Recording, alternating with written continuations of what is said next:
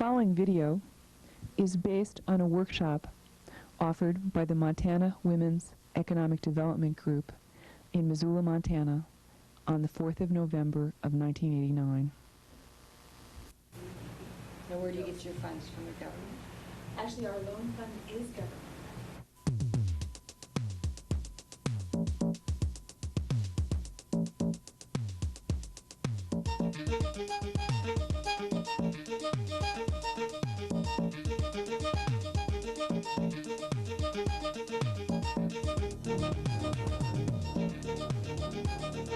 I'd like to welcome all of you to the Should I Go Into Business workshop.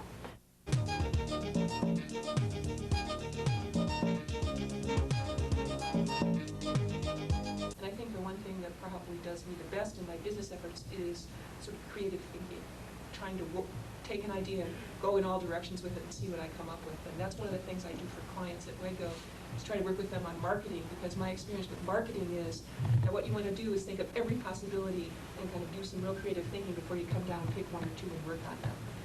I would say that I'm a pretty well organized person in terms of keeping track of the things that I need to do, and I'm also a fairly cautious risk taker, which is why I only do self-employment as a piece of my job. And so in general, when I work with some other folks who are more of a more courageous risk takers, a little more headstrong in some of these areas, I can balance that out and say, okay, now wait a minute, do we have the money to be doing that? And I'm always real concerned about that.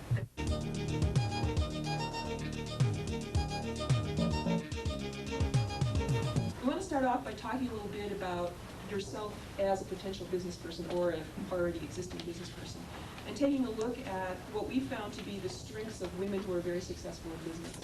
And all you're doing then is just comparing yourself to women who've been in business and have been able to make it work. And that's what this sheet is, if you take a look at this very first self-rating form. So what we'd like to do is start off with this exercise. If you need some pencils or anything, you have some extras.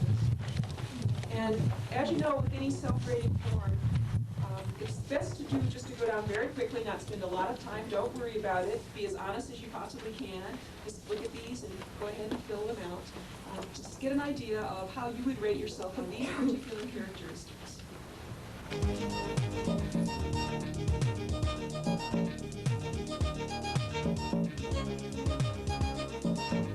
Okay, before we do the group part of this, I'd like you to take a look at that list and note for yourself the one that you feel might be your best number.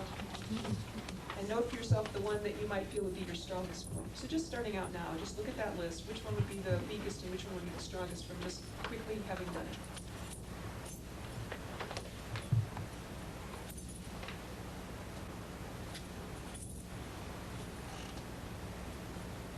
Okay, now what we'd like to do, because our results are averages, we want to get you to do a group average. It's also an exercise using calculators, etc., and group process. So we're going to start out that way. Each group needs a calculator. You can choose who's going to use this calculator. We need you to get averages for the first 10 items. So everybody reports and averages and divides by the number of folks in the group. So averages for the first 10 items. To find an average for a group of 5 people, take the scores for each of the 5 individuals, add them together to obtain a total. Then, take that total number and divide by 5. The result of that division is the average for the group of 5. We want the group average of each one of the first 10. So one method to do this is you go around and call out your score, total it up, and divide by the number in the group. Okay. Billy Hansel sells ski equipment and active fashion wear for men and women. Her target market is the young at heart, those who enjoy activity no matter what their age. She sells the idea that active people are happier. Although her products are not unique, Billy provides special services that give her business its appeal. She offers friendly recreational advice and the latest update on ski conditions. She gives her customers honest feedback about a product, even if it means losing that sale. She believes her best advertising is provided by customers who who leave her store feeling good about the choices they have made. Okay, what I'd like to do is get a chance to have each group report what their averages were on these, and then we're going to talk about what the research shows and some things you might learn from this particular exercise. So obviously that when we look at the numbers, we can take some judgment about some of the areas that your particular group found a little more difficult. Now, it might not be you. That's the thing about averages, and that's one of the reasons we did this particular exercise, because I'm going to show you some average scores. Whenever you do average scores, you need to realize that those are just the summation of the number of people that were involved. And so these are going to be a little more taking into account the diversity of people that were actually in the sample. But you might just look through there for yourself and see where do we see kind of the points for the whole group that are high and low and whatever. And doing that, you can see that handling money becomes one that probably is a question area for a lot of people in the group. Planning is for two of the subgroups here. Taking risks would be another one that would have some area to be considering. So again, for the not surprising to me, those are often the two that come up for particularly women who are thinking about business, is the whole issue of money and taking risks. So this group seems to take that same kind of position. So let's look for a minute at what the research shows us. And this may be a little hard to see. Someone wrote all of them down there, and you might be interested in taking a look at all of them. But if you just look at the top 10, which is the ones that you just did, you can see right here are the average scores. You might want to think about how you rank according to, and again, these are successful business women owners. Business women owners. Doesn't mean they're right and wrong. It doesn't mean that you will be a good business or person or not if you're not scoring exactly like these people are, but these are the kinds of characteristics that people that are doing well in starting a business seem to have. And you'll see that some of them are higher and some of them are lower. It's not like they had all of these in a high ratio. One of the things that I always have found very interesting about this list is not necessarily in the top 10. It's the one that's the absolute highest for women who are business owners. And when I first started doing this work, I was a little surprised, and when I thought about it, I wasn't, and that's integrity. Which is really kind of interesting, that integrity would be the absolute highest average score. And again, if you think about some of the sort of stereotypes of people in business who try to sell everyone their product and maybe cars or whatever, you know, integrity might not be the first thing that would come to your mind of being the absolute highest value. But for women who are starting businesses, integrity, feeling good about their product and good about the service they can offer someone, becomes absolutely one of the most highest value. So you might want to think about that as something that's very important to women who do well in starting their own business. And then again, looking here, planning ahead with financial matters, these women didn't score as high on either. Maybe a little higher than some of you, but those are areas that are not as high as some of the other areas. Obviously, the higher ones are things like self-reliance, making decisions. And that might be one for those of you that were low, that you realize that a successful business person is able to make decisions, able to take a process, make a decision, and put it in place. So that becomes a real important. And then there's some others down here that you may want to look at closely. But overall, the whole point of an exercise like this is to identify for yourself, is there an area that you really need attention? Is there something that you really want to focus on as a skill that, if you're going to be in business, is going to be particularly important for you to work on? And if it's handling money, which it sounds like it might be for a lot of people, then how can you give yourself some experience with handling money? Well, one way you can do that is start handling your own personal money differently. If you need an introductory process, you might really want to generate your own cost of living budget. You might really want to keep your own books in a way of bookkeeping, your own record-keeping system, as a way of getting some skill. So starting with your own everyday financial matters, moving up to how you manage money that way. If you're already doing really well with your personal record systems, then again, you might want to start looking at taking an extra class, or if you're ready to actually start your business, coming in and letting us work with you to set up your record-keeping system and generate some of the forms that you're going to need to do your financial planning. So kind of assessing, where are you on financial management? That's a problem area. What step can you take to get better? What do you need to do that's going to give you more comfort in handling money? For a lot of women, I always say it's because women have so little money to handle that, you know, this is a major area, but for a lot of women, it is an area that we need to spend some more time on. We need to figure out how to get that experience. You in your work could perhaps move more into an area of managing some of the finances in that particular situation and gain some skills there before you start your own business.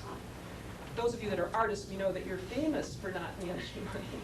That's part of our cultural stereotype of you. You're allowed not to manage money.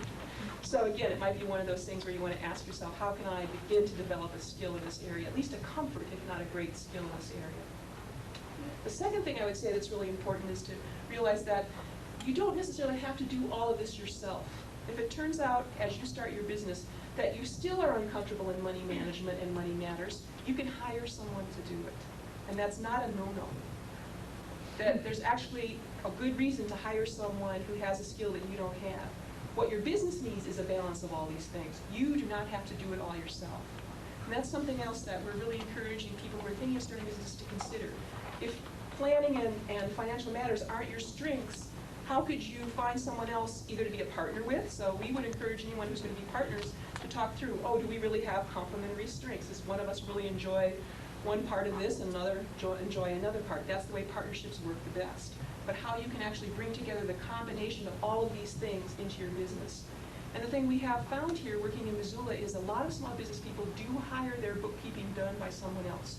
They don't employ someone, they hire it done. You can also hire done some of the planning activities. You can work with someone to work out a market plan, a business plans, and things like that.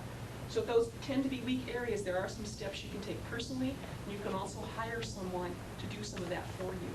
So that's one other thing to think about as you look at this assessment, is I can add in and strengthen some of the areas by other ways than perhaps you've thought about before. We have some clients that we're working with to get off of AFDC, and some of those women are the best money managers I've ever met in my whole life. Because I certainly wouldn't be able to be supporting myself and a kid on $282 a month.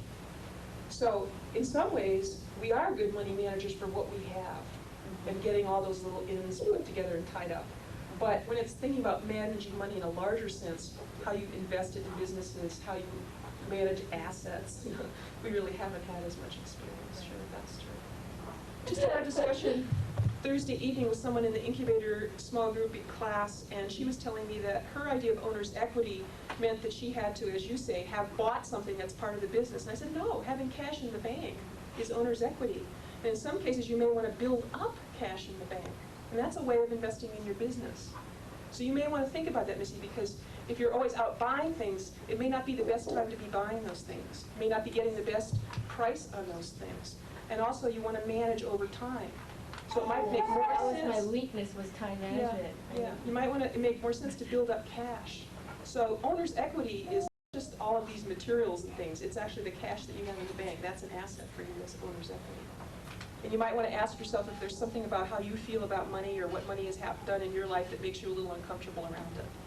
Now, some of you, this won't be true, but for a lot of women, they haven't really thought about money and their relationship to money the same way men do. And I've taught some classes at the university, and I asked women, how many of you want to be making over $30,000, $40,000 a year in 5 years? Well, all the men raised their hands, and almost none of the women raised their hands. Well, I don't. But what I'm saying is, you just ask yourself that question, that you might want to take financial management control in your own home right now. And I'm real scared of doing that because we have so little money. It's like I think, oh God, we're going to end up really broke. But what I mean by that is that you would put the energy into doing it, and then maybe you and your husband consult on it, or you bring it in and show it to me, and I say, oh, that looks great. Yeah. But that you actually put the energy into taking responsibility. And go ahead and have it Right. double Someone else can check on that. Right. That comes makes into sense. risk taking. How to go ahead, but not make it a risk that you can't handle. I was raised by a single mother, and my family is always very aware of money, and I know what my budget is, and I know how much money I have at all times. I know exactly what I'm doing with my money. And I think that came from the fact that women in my family never got the message that you're not going to have to worry about money. And so I'm just always worried. pretty hyper. I try to be less hyper in that sense, in the sense of knowing what I'm doing with my money, being very careful. Mm-hmm. So again, we learn those things. You might want to assess yourself, where are you with those? If you're on my side, you probably want to get rid of being quite so anxious about it. If you're on your side, you may want to take some more responsibility for it. I'm from a farm family too, and a lot of times farmers don't think about it this way, but farming is an incredibly high-risk thing, and we in Montana have learned that in the last few years in our agricultural economy. So any of you that are producers in that classic sense, you're taking an amazing risk because you can't control the variables. And one of the things that we always say is to try to be in control as much as you can. But you can't control the weather. No. And in your case, there may be some things that you can't control, but that's the nature of the business. So if you're uncomfortable taking risks, you probably don't want to put yourself in a business that automatically makes you have to take risk in that kind of way. See the connection there? You kind of match what you know about yourself. The other thing would be is if there's a business out there that requires incredible time management, some of you who rank yourself low in time management may not want to take a step in that business right away. So again, it's kind of matching yourself to your business idea. Is there a problem in it or not? So that's a good point. And while you bring up your business, for those of you who said, well, what might be a business idea for me? One of the things that's happening around the country is this whole idea of specialty animal production. And we have people here in Montana that are doing all kinds of exotic animals. And you can do it in rural areas, which makes it very attractive. People are doing birds, people are doing fish, people are doing dogs. Not that anyone else here necessarily wants to do that, but it's a really growth idea because you can immediately know that you can market all of those because of the pet shops that are franchised now. So you don't have to rely on your local pet shop to want 10 fish. You can go to Pet World or Petland on a national level that will buy incredibly all of the things that you can produce. And so for a number of the people that are now in this area, they can get ahead of time. It's almost like futures. They can have futures on birds or futures on fish. And if you know, as much as you produce and send, right now there's someone doing quail. Same situation. So again, that's a growth area for Montana, particularly in rural areas, because there's a market now that there never was before for those kinds of things. So it's an interesting way to be able to think about an idea.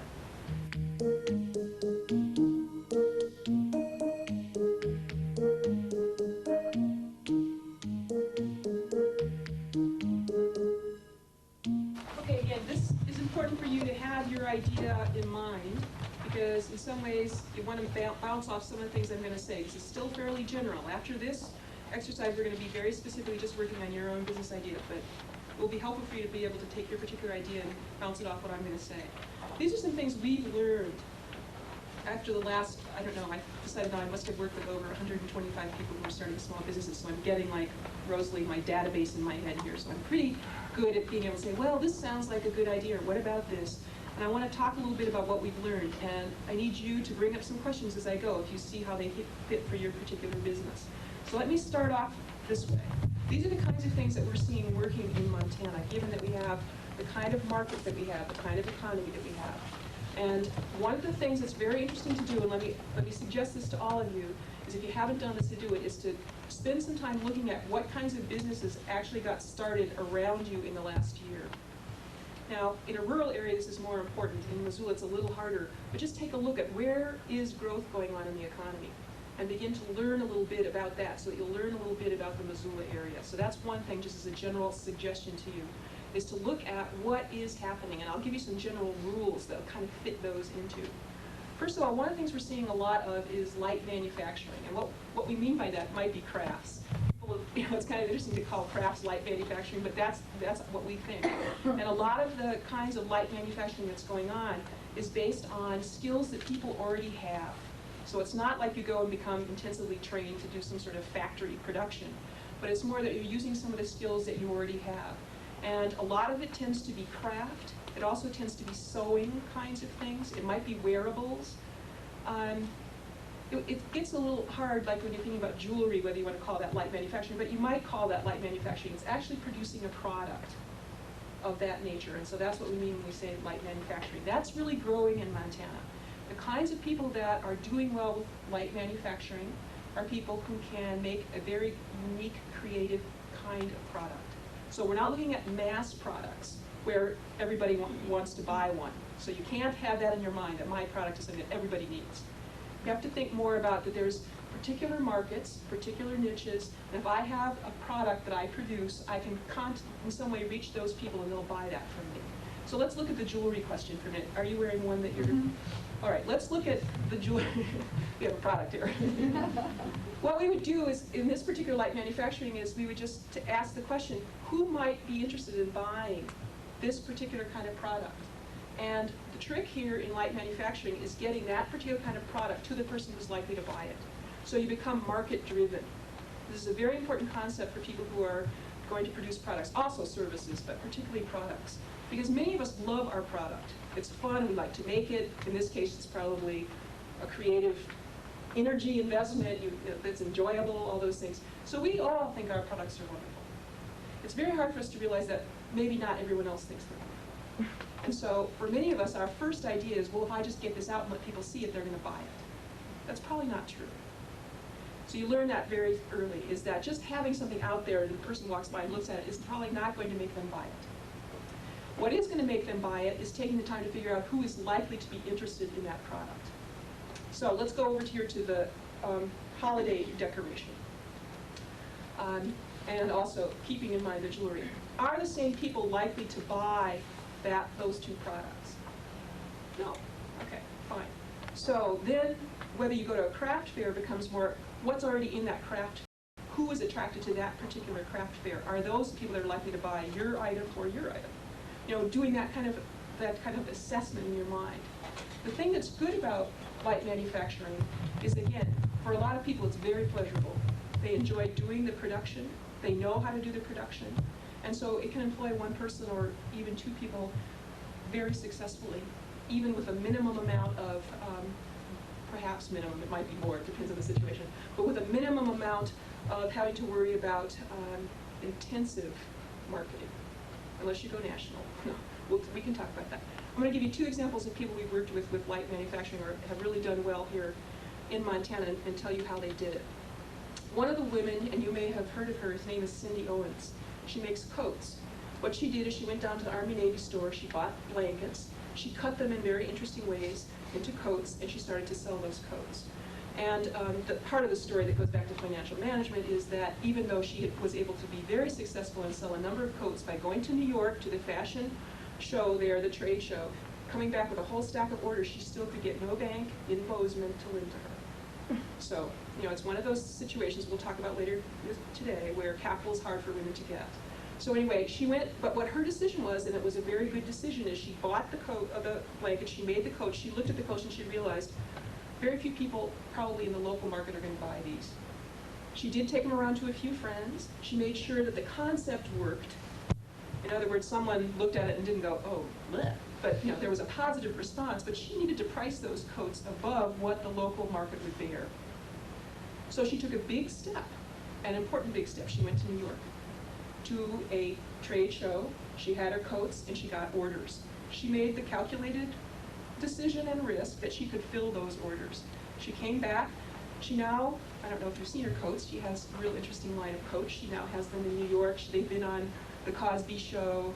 She has something like, what, 12 of those, 10 sewers, I think, and a production manager. She has a major line. She does very well. Okay. But again, it was a real interesting process. It was a product that she thought about. She tried it out. We call that beta prototype. Ran it by some people. People were fairly positive, but she knew she couldn't stay in the local area, so she went to New York with her prototypes and got orders. She didn't make a huge inventory. See, this is the other thing about light manufacturing. This is a different way, perhaps, than the sock or the, you may need the inventory for the way you're going to work. But basically, that's a decision point. As a craft person, do you make a lot of inventory and sell it right there as you would at a fair where retail people come by? Or do you break prototypes at a wholesale fair where other people, retailers come by and buy from you? So that's what she did. So that's one example of a light manufacturing person who's done really well. I could give you a couple of more. I think what I will do is just talk a little bit about Susan Spanky, who does the Montana bandana. She's another client of ours. Have you seen the Montana bandana? It's a bandana that has silk screened on it bears or fish or dinosaurs or whatever, and it's called the Montana bandana. And Susan is at a smaller basis now. What she did is come up with the idea, and then she's done it on a part-time basis. And she basically has a limited number of smaller customers, and they're around town. And what she does is she keeps in contact with them, and they order a certain amount from her. She fills those orders on a regular basis, and she does all her own sewing.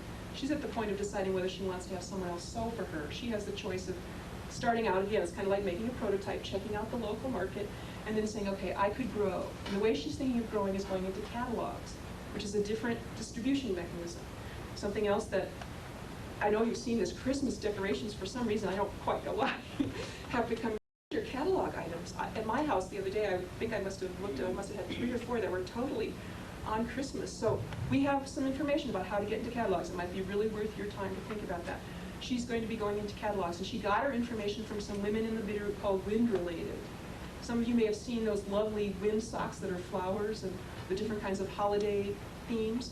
Well, that's how they started. Basically, they went to trade fairs and then they went into catalogs, and they're real willing to share their information about how to get into catalogs. They're real willing to give you examples and to show you how to do it. And Susan just went and visited them this last week, and they gave her some ideas about how to get into catalogs. So her big decision now is who might sew for her. And she went and talked to Opportunity Workshop. This is another place of getting to know your local resources. Opportunity Workshop actually does sewing, and the nature of the sewing that she needs is fairly straightforward. You know, hem bandanas. So it might be something that Opportunities Workshop could do very successfully and at a competitive price for her. So she's seriously thinking of contracting. So she's at that stage of growing and contracting out the actual work that she's done and becoming more of the designer and the manager. So those are 2 examples of what I call light manufacturing. There's more. There's people that are doing different kinds of food, which I would also kind of include in that area.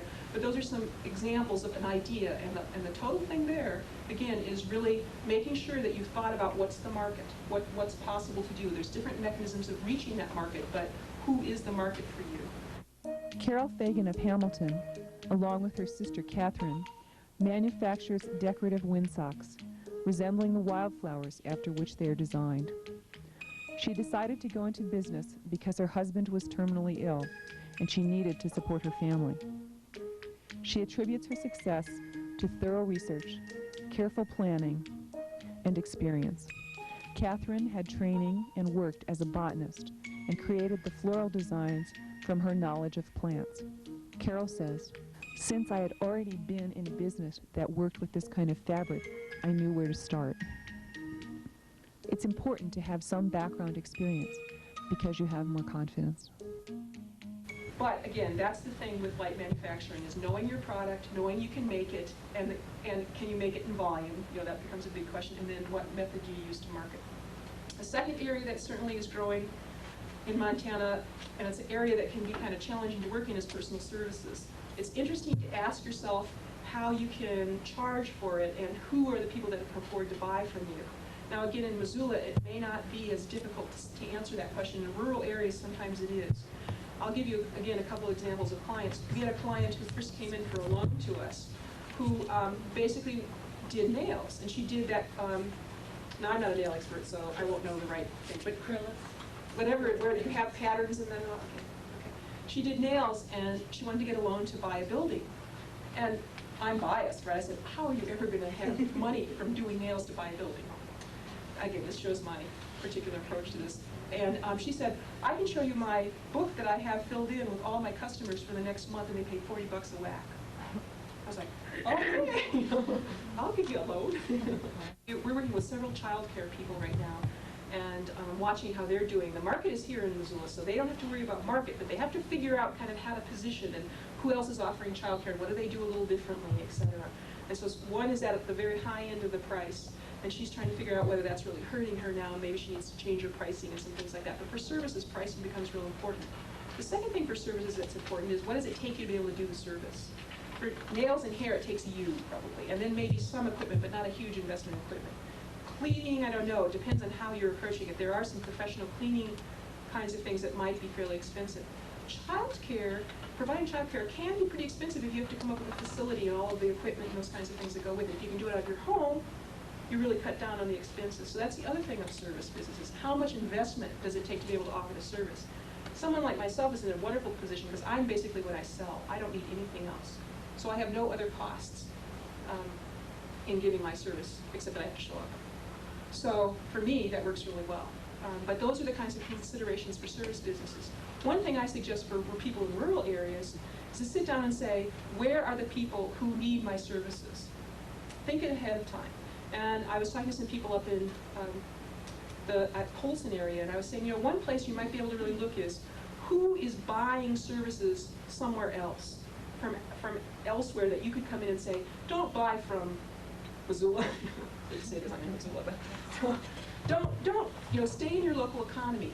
So that's one way. If you've assessed how people are already buying services and you come in and say, I'm a local Missoula person and I can provide the service for you just as well, if not better, than the person from A, B, and C, that's a real selling point, and that's the way I would suggest. So one of the things that I often say is if you know some businesses that buy their products in the sense of a service product from somewhere else, go and offer your service. Actually, you can do that with your own products too. It's just not as easy to think about. And encourage people to shop locally for their services. A lot of people that we work with at first see that they're a retail and they sell products, and I always say to them, you know, very few people make it selling products anymore. You have to sell a service. That's the way I would encourage you to think about it, is that whenever you're going to think about your advertising, your message to people, it's the service that gets the high part of the message, not the product itself, although maybe a range of products is something important to tell people that you have. So services are an area that you might want to think about in the sense of it may not be a large investment on your part, and the market may be there. The question is, can you price enough to cover your time? And that gets to be difficult sometimes to be able to do. Let me talk a minute about retail.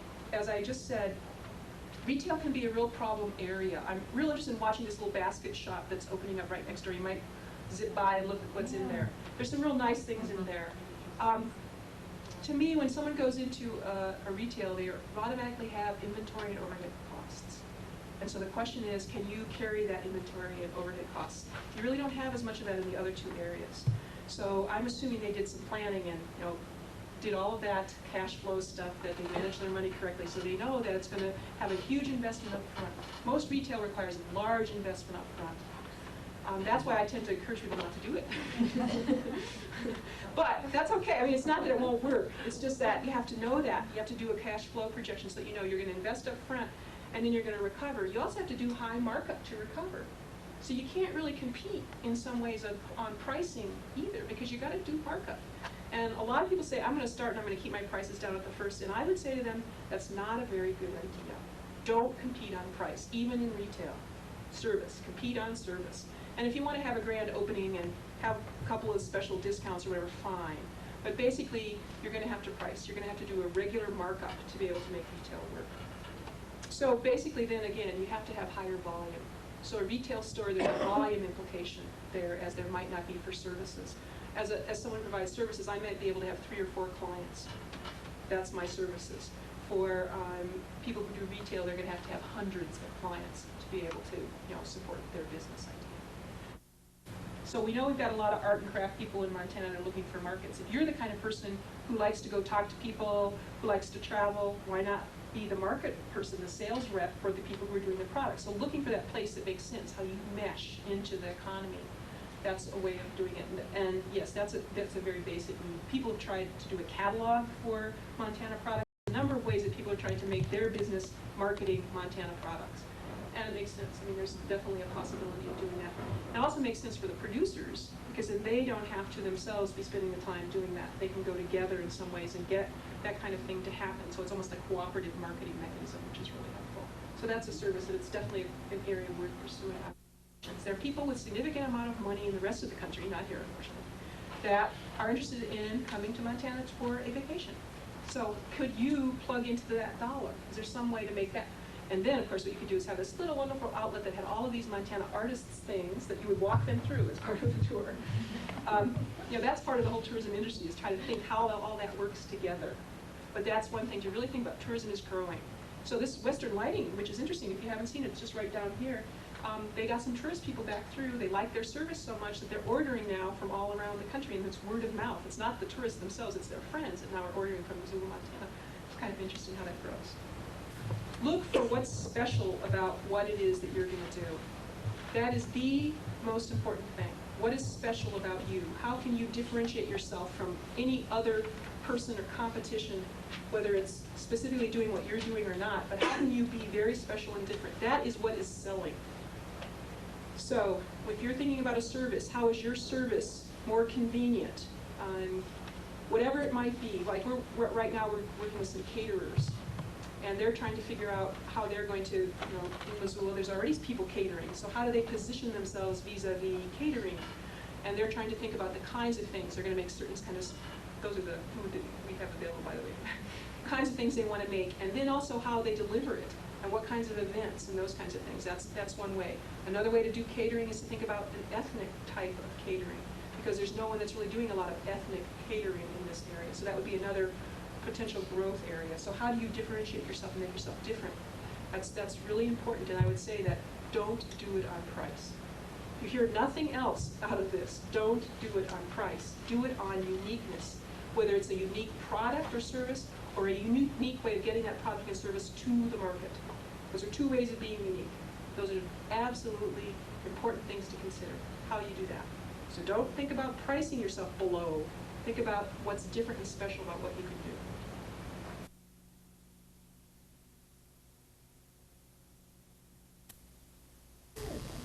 To order a companion manual for this video, write WEDGO, that's W-E-D-G-O, the Montana Women's Economic Development Group, at 127 North Higgins Avenue, Missoula, Montana, 59802, or place a phone call to 543-3550.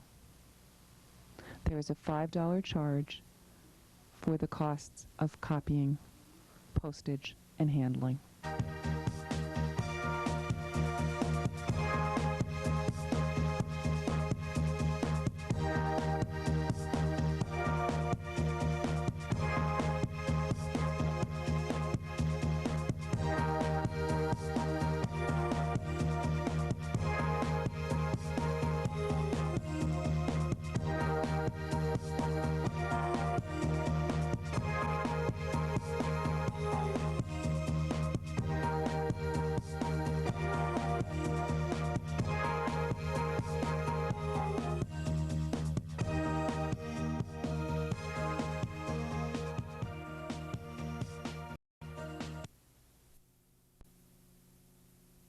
The following video is based on a workshop offered by the Montana Women's Economic Development Group in Missoula, Montana on the 4th of November of 1989.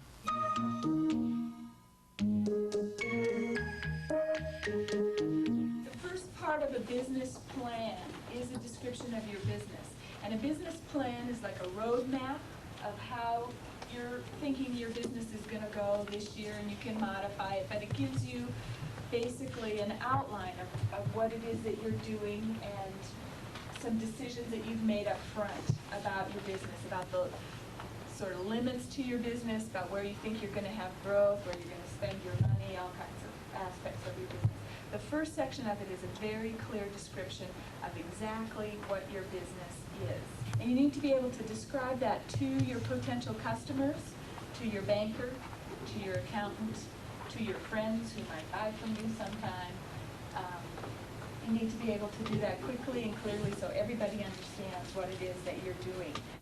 And then also in the first section of your business plan, you talk about what qualifies you to do that business. Rita was talking earlier about your experience in working at the hospital and with elderly people, and so now you're talking about having a personal care home. So you can talk about your training that you have, your experience that you have, everything that you've learned over the years in that business already. You bring that with you. Other kinds of things are transferable skills. They might not be things you learned in a paid job. You might have very good organizational skills because you have run a household and have managed the finances of a household, for example, and done a good job of that. Might have learned something in volunteer experience elsewhere. Might have a whole lot of enthusiasm for your business, commitment to your business, energy to put into that. Those are all skills that you bring into your business, and you need to include those as well. Write down your business idea in 1 or 2 sentences. Write down what experience or training you have had that will help you in this business.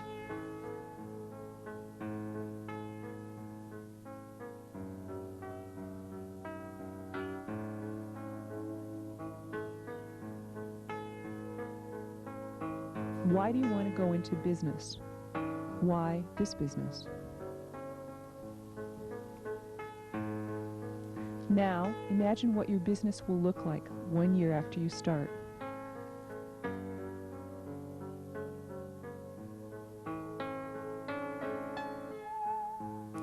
What's the name of your business? Why did you choose this name? What other names did you consider?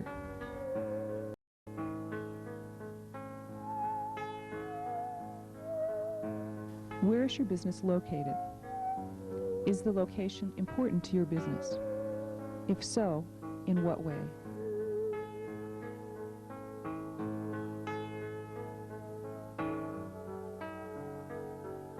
Describe what happens on an average day at your business.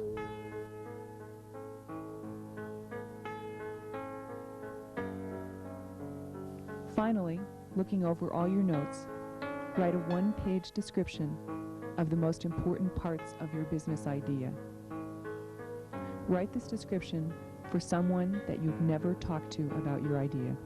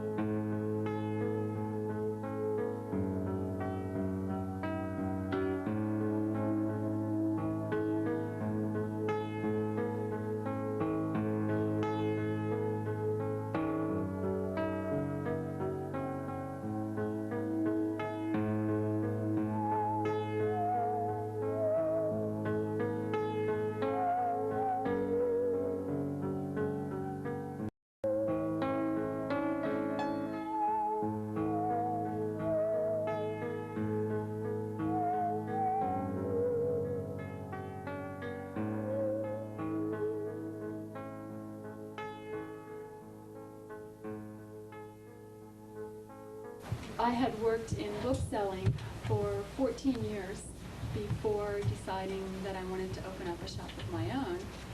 I figured I had a background and a little bit of knowledge on what was going on, but I was always somebody else's employee, so the risk was leaving that full-time job and going out and becoming a sole proprietor. Fact and fiction is a sole proprietorship. It is a retail operation in downtown Missoula. At the time that I opened, there were already 12 bookstores in this town. And it was, the frustrating part was going to banks initially and presenting business plans and having people say, gee, you have great background, you really know what you're doing, I have never seen anybody put together such a plan and do the research, you don't have any money. And it's like, exactly. That's why I'm sitting in front of you. That was a frustration and an obstacle that had to be overcome. When I was doing a lot of my initial research and planning, ideally a good time for a retail business to open is the fall, because you have that pre-Christmas and the holiday buying period that people should be out doing things and know about your business and help you out. When I opened up in the spring because that's when things started to happen. Now that I look back on that, that had several advantages as well as the disadvantage to waiting until you know, for your big selling season to get here. I've gone back and studied, and what I'm saying is that the fall is crucial. We do a third of our total sales in the months of November and December. And that's worked out for the past 3 years. To where now we're thinking we better get a lot of rest. You know? But that's typically what has happened. So by opening in March, what that enabled me to do was start out with a little less capital because I didn't need to have quite the amount of inventory. In retail business, obviously your inventory and your turnaround time as to what your restock is, you have to start looking into. So I could open with less money. It gave me a little bit more time to do some more of the homework, to set up resources, to talk with suppliers, to make some other final types of decisions. So I had even more time to prepare and ask questions. You cannot be overly prepared to go into any type of a business, whether it's proprietorship, partnership, or anything. You can never ask too many questions. And I think that's why in both of our cases we didn't run into any major obstacles and problems once we decided to go into the business. We had done homework in advance. And I think that's why all of you are here, to take advantage of some of the information, to talk to other people. The one obstacle, and at this point it's still a frustration, a surprise, in June I was hit with city property taxes. Now I knew I was going to have to pay taxes, but I wasn't sure what they would be based upon or how much they would be. And you're given 30 days to pay those.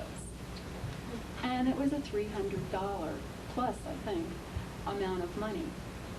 And when you've kind of gotten everything budgeted out and you know what your expenses are going to be, $300 can be a pretty hefty one to have to pay.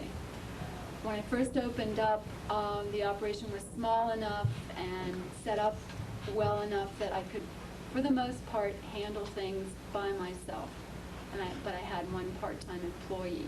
If you start having employees and doing things, a big frustration is all the tax forms and the report forms you constantly have to be working on. 4 times a year, you have to send in 5 different reports to IRS, to the state, to Workman's Comp. And some of the payroll taxes, you might be writing checks for like $3. Workman's Comp, you send in a report and they send back and tell you how much money you owe. And you do this, you can take it out on yourself, or you're doing this just for part-time people.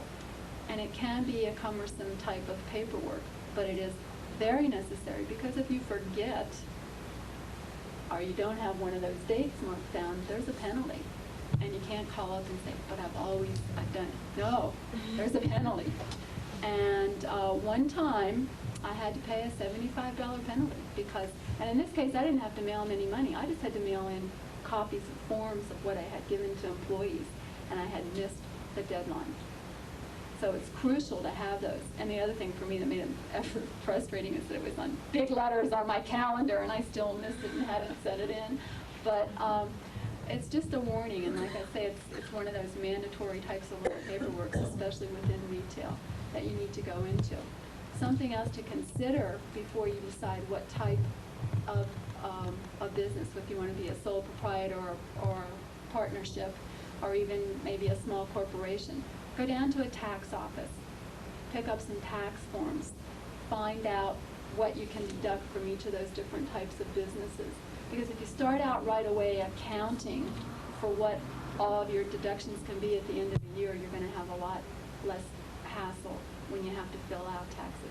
And that's also a way to maybe compare and find out what advantages and disadvantages may be for going into the different forms of business.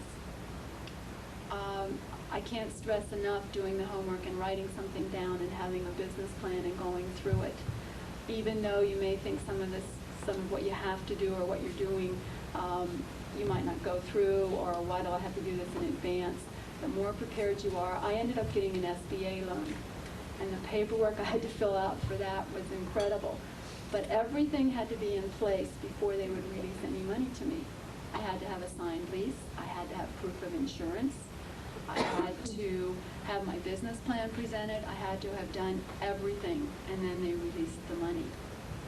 And at this point, I'm very thankful that that's what happened, because sometimes you can just get caught up with doing certain types of things and maybe forget, or maybe say, well, I can do this later on.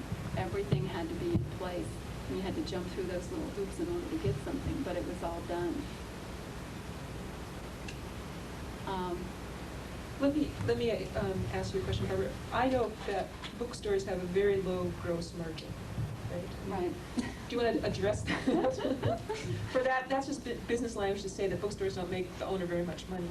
I mean, we just know that those people who know business know that bookstores are famous for this. So do you want to say some of the things that you do, or how? I know you've added some services. I guess one of the things I'm always saying is, how do you What makes me different from other people, yeah. and I get that question a lot. Why are you different? Why is this store different? And I think part of why I even wanted to open a bookstore in the first place of my own was that there was a limit to what I could offer to do being in a campus store in a larger operation, you couldn't do personal service. And customer service is really the name of the game. We read a lot of the books, fact and fiction. We can give a lot of recommendations to certain types of titles. We work with counseling groups. We work with a lot of different groups within town. Give discounts, even though we aren't working on a big margin. We give discounts to different groups when they ask for things. Special order, offered special order books. In the book business, there's no way, because they publish over 80,000 titles every year. So there's no way you can have everything that's out there, but just offer to have that type of background and some knowledge. If people ask about a book, at least attempt to look up and give some information on it. If you can't readily find something, take a name and a number to call back. And that was part of my marketing plan, was that I knew that given time, if I had time and if I had patience, word of mouth advertising was going to be my best investment. And again, opening up in March allowed a little bit more of that build-up to continue before the first Christmas season. It also allowed us to work some bugs out of some of the systems, too. The other thing was knowing where the ready source of supplies were.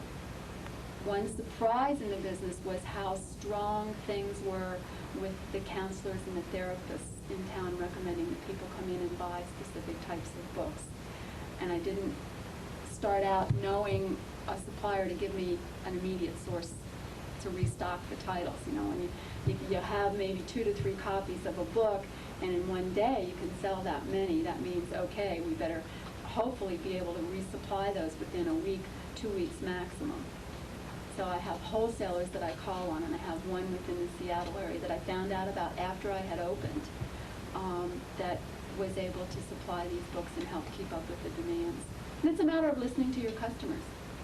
You know, what are people asking for? What are people maybe ordering? What types of trends are out there? What subject areas seem to be selling the best? And then hopefully listening and finding out more about things. And also asking people to recommend what they want. Did that. And that's a fun thing to do. The first time that they ask, Marcia Dunn asked if I would come down and talk about books, you kind of go, oh, I can't do this. But radio's great because they can't see you.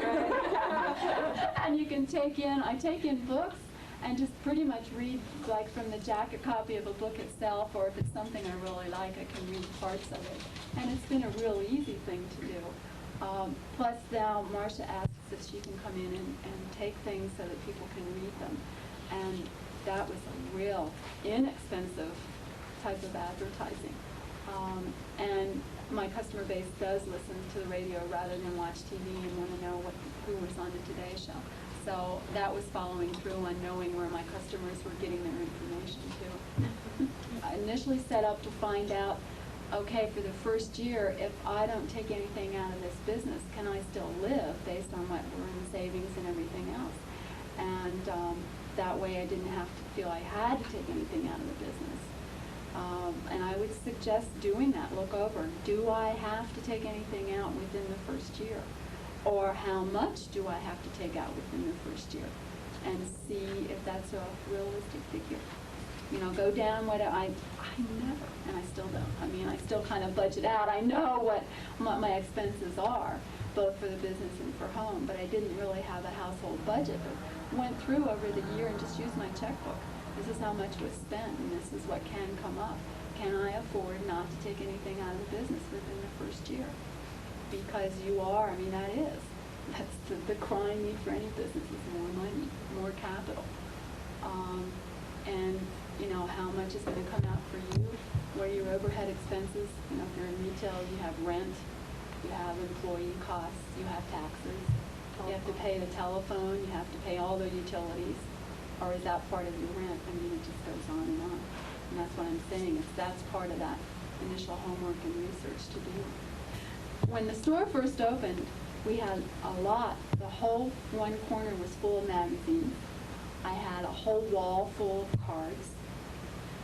It was the product mix. What did I want to do? And I thought, well, this is, you know, what people usually come into a bookstore. They want to see some other things. They want to see cards. They want to see magazines. They didn't sell. So you have to bite the bullet. I took the mark down and got rid of those things. I still have a small selection of both magazines and cards. But people were coming in for books, and that to me was wonderful. Fine, and I can just go ahead and increase the type of inventory. The thing I learned was that for the most part, I didn't need to have, say, more than 2 to 3 copies of a title. I opened up getting some stacks. I mean, now that the store has established itself, yeah, you'll go in, especially at Christmas time, and there's some stacks of something that obviously we think is going to be a good seller. And it's nice to be in that position to think, gee, I only got 12 of this. Is it going to be enough? Because when you first open up, if you get 12, you think, gee, why did I do this? Sell. What am I going to do? And part of what, since I also worked in Missoula in a bookstore for 7 years. I worked at the university store.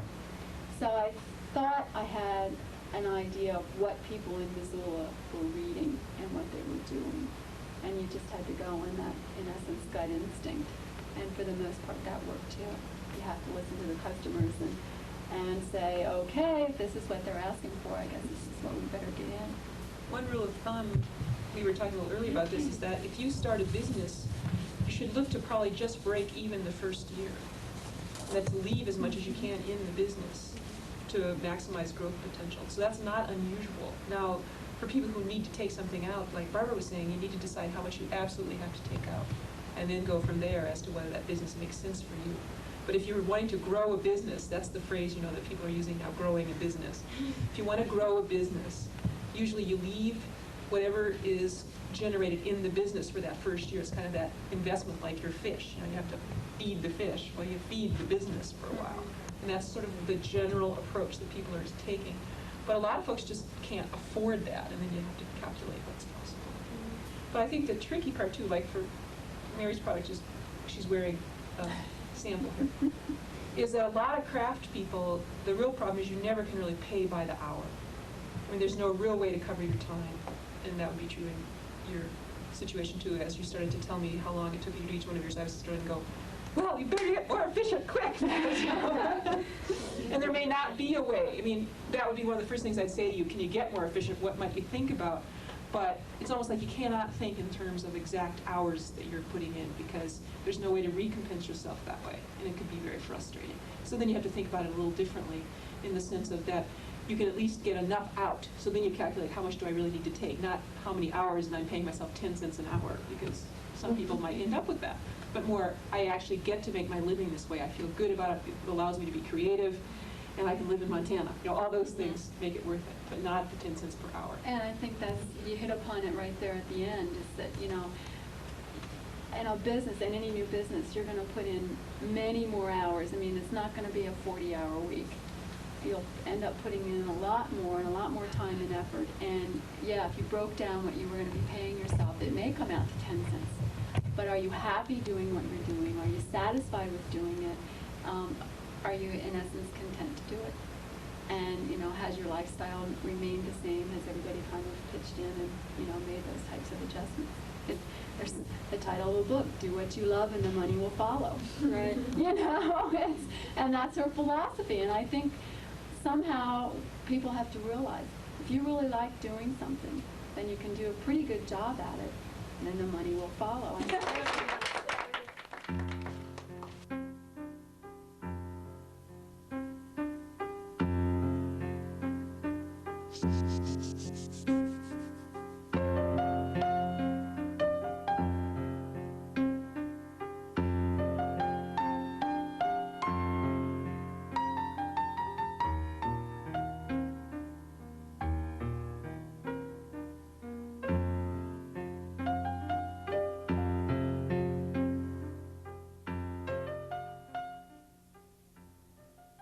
Now we'd like to talk a little bit about risky decision-making, and I was just talking with the folks who are considering the wallpaper business about making risky decisions.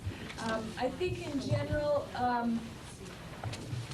we have difficulty making decisions. You know, we weigh back and forth about things sometimes, and often women have not been allowed to develop the skills of making risky decisions. And so it's even more difficult for us. Constance was talking about how her dad took care of all these financial matters for her, and now her husband does, and so the risk of having to do that has not been something you've needed to spend a lot of attention with. And so, as business owners, there's lots of decisions to be made all the time, and even the decision to be in business. As Laura and her was talking about, she and her partners just had decided not to quit their jobs yet, not to take that risk, to go slower because that's the way they want to handle that risk in their business. So there's ways to think about that. I'd like you to turn to this worksheet, How Do You Make Risky Decisions? And go through this, and again, go through somewhat quickly and be honest with yourself. Don't look for the correct answer. And just go through it. It's onto a second page. There are 10 questions, and answer for yourself how you would rate on each of these items. So on the first question, you figure out which one you answered, and then look over here under the 3 decision-making styles, and just circle if you answered 1, then that would be under the anxious risk taker, and 2 would be under the balanced risk taker, and 3 under novelty and security, but they don't go that way all the way through. That would make it too easy. So you just have to look and circle which one you had for the correct answer, and then total up your columns. I'll give you some idea of what type of risk taker you are. How many people do we have who are predominantly an anxious risk taker, a little bit cautious about doing things? They tend to be a little bit this way. Okay, wait, ask this again now. How many are in the style A, an anxious risk taker, which is the first one, where you prefer a little more security to novelty, distrust feelings, those kinds of things? So there's just a couple. Okay. How many people do we have that are balanced risk takers? Middle of the road kinds of things. Okay, and do we have any careless risk takers? I'm borderline. You're on the edge, huh? Okay. I think it is important in partnerships to have a little bit of diversity and to know, oh yeah, I'm always the one who is doing this over here. And sometimes partners can prod one another along in certain areas or kind of keep things reined in certain ways. So it's a good idea to know what your risk-taking style is and then balance that out with your business advisors or your business partners, or just know that about yourself and know, oh yes, I make decisions quickly. Okay, well, I'm going to agree this is a big decision. I'm going to wait, for 2 days before I make it, or whatever seems reasonable. To know that about yourself. If you've gotten in trouble with it before, where are people showing up about having anxiety about taking risks? One thing that's really clear is that not deciding is deciding, because it'll get decided for you one way or the other if you don't decide. I feel better when I have made the decision for myself. When I find things happening to me in my life because I have procrastinated, I get very upset about it. And so just do remember at some point to make a decision for yourself. So I want to talk a little bit about some of the things that make it difficult to make decisions, why we get really anxious, and that's on the next page on reducing risk. And we're most likely to make poor decisions when we think it's really important, when it seems like a big thing to us. And this is both personal decisions and business kinds of decisions. It seems like if you go one way, it's going to be a disaster, or it might be the other way. And, that the consequences are very great. It makes it hard sometimes to decide. Or if we're not certain what the consequences are, we haven't really thought through everything that might happen one way or the other. And there might not be a good way to know all the consequences, and so that makes it difficult to choose sometimes. If we have to make the decision quickly, because if we have to do it quickly, we don't have all the information we need to make the decision. So, and there are oftentimes constraints about things. You need to order things because it's a sale. Well, if you don't order by a certain date, then it's not you're not going to get the good price, but you don't know whether you need it or not. So the time pressure is a big thing for people. If we think the decision is irreversible, when Laura was talking about she and her business partners have not quit their jobs because maybe they think if they quit they won't be able to get another job. You know, that'll be over they're all the way over the edge into the business, and that's a big decision for them. And the other thing is if we're just anxious and stressed out about other kinds of things going on in our lives, or anxious about the business, or you know, our kid is sick and we can't think about the business or whatever, all that makes it very difficult to concentrate on the decision at hand. So there are some ways to reduce risk and to make it a little bit easier to decide. Put these back over. The first one is to reduce the uncertainty by preparing. Get as much information as you can about the type of business you're in, about the industry. Talk to other people who are doing this kind of a business. Talk to other people you know who might have some information about accounting or legal things or buying a business or whatever it is. If you're thinking about purchasing a piece of equipment, talk to various kinds of suppliers. Get the information. Or you might need to rehearse, role play, and practice a kind of a situation so that you feel more confident of your performance in the situation. Like, for example, if Mary's going to go around and sell things herself into very exclusive galleries or something like that, it would be maybe important to practice a sales presentation so that she would feel comfortable and not get in there and say she's shopping or something instead of showing her. Just looking, I'm just carrying these things, but okay. And then refuse to be rushed. If the decision has to be made right now and you don't have the information to make the decision, then you can just simply refuse. And this is something I do a lot.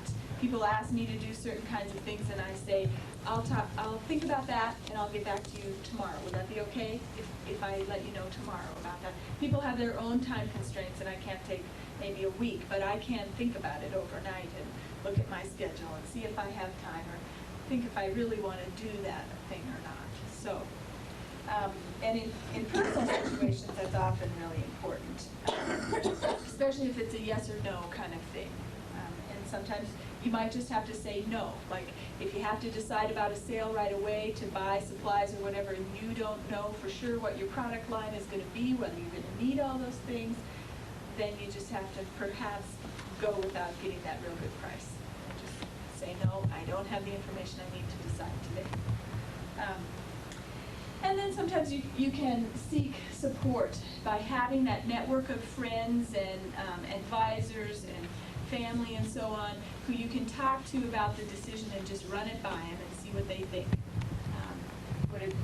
And just get some feedback and some encouragement for going ahead with a risky thing, or sometimes just having someone say, oh, I think it'll be fine, is useful so that you can feel like someone else besides yourself has evaluated that decision and thinks it's a good idea too.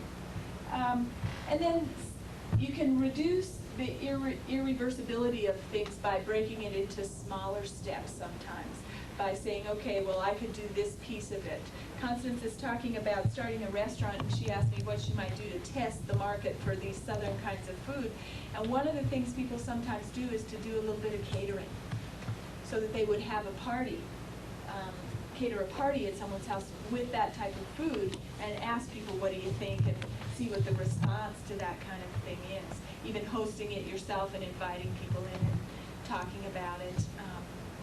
And so you've only spent a little bit of money, and you've gotten some good information about that is too hot or not hot enough or whatever it is. And so it's just a little step that you can take before you go sign a lease on a building or something like that. And they don't have to be all or nothing kinds of decisions. They can sometimes be limited in time. And for you folks, you order $700 worth of fish. I suppose you could order a lot more than that. Oh, yeah. But this is as much risk as you're willing to expose yourself to right now.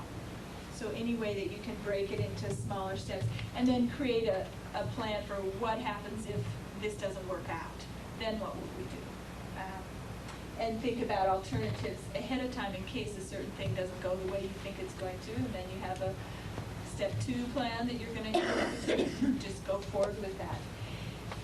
And then by seeking out professional advisors, that reduces the potential of making errors. So if you're in the retail business, to find other retail people, maybe not in the same business as you, but in a similar one. Another good idea is to find people in a different community than you're in. If your market is Missoula, Montana, find somebody in Helena, find somebody in Spokane, and talk with them about their business and what they've learned about a particular thing or how they decided. And that really helps because you're not competing with them. And then they can call you and you can exchange information, and that can be very helpful for people. And you don't have to worry about stealing their customers or they stealing theirs, so they're more likely to give you the information. We'd like you to consider in depth a kind of decision that you need to take soon. And if it's not a business decision right now, you might consider a personal decision that needs to be made, because the process is really very similar. Because by very nature, being self-employed is risky. You're dependent on yourself totally for income and for making all the decisions in the business about what needs to happen. The decision-making model provides a process that people can use to help them in solving problems or making decisions. It can be used for most situations in life, including professional and personal decisions. Steps in the decision-making process. 1. Define the problem. State exactly what the problem is or the situation around which a decision needs to be made. 2. Consider all the alternatives. List all possible ways to resolve the problem or possible decisions that could be made. Often it's helpful to consult with others to make sure that you haven't overlooked any alternatives. 3. Consider the consequences of each alternative. List the possible outcomes, both positive and negative, for each alternative or course of action that could be taken. 4. Consider your values. Be particularly aware of your values when considering the consequences of alternatives. Decisions are not made in a vacuum. Consequences of decisions include impact on significant relationships and feelings you experience when decisions are consistent with your personal values and rules. 5. Choose one alternative. After carefully considering each alternative, choose the one that is most appropriate based on your knowledge, values, long and short-term goals, and the effect of the decision on significant others. 6. Implement the decision. Do what is necessary to have the decision carried out the way you want it to be. It may be necessary to develop a step-by-step program with a timetable to make sure that things get done. 7. Evaluate the outcome. After you've acted on the decision, evaluate the outcome and what you have learned. Did you assess the consequences correctly?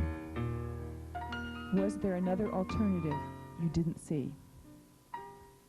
Did you use the complete decision-making process? Is one step harder for you than the other steps? What do you know now that you didn't know before? Few decisions are perfect. This decision-making process helps you make good, thoughtful decisions, but it doesn't promise that things will work out exactly the way you plan.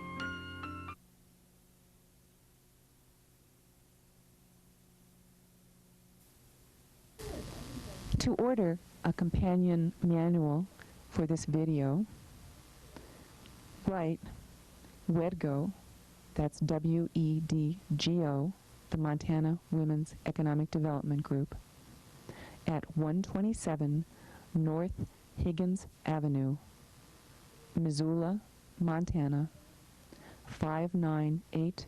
543-26502 or place a phone call to 543-3550. There is a $5 charge for the costs of copying, postage, and handling.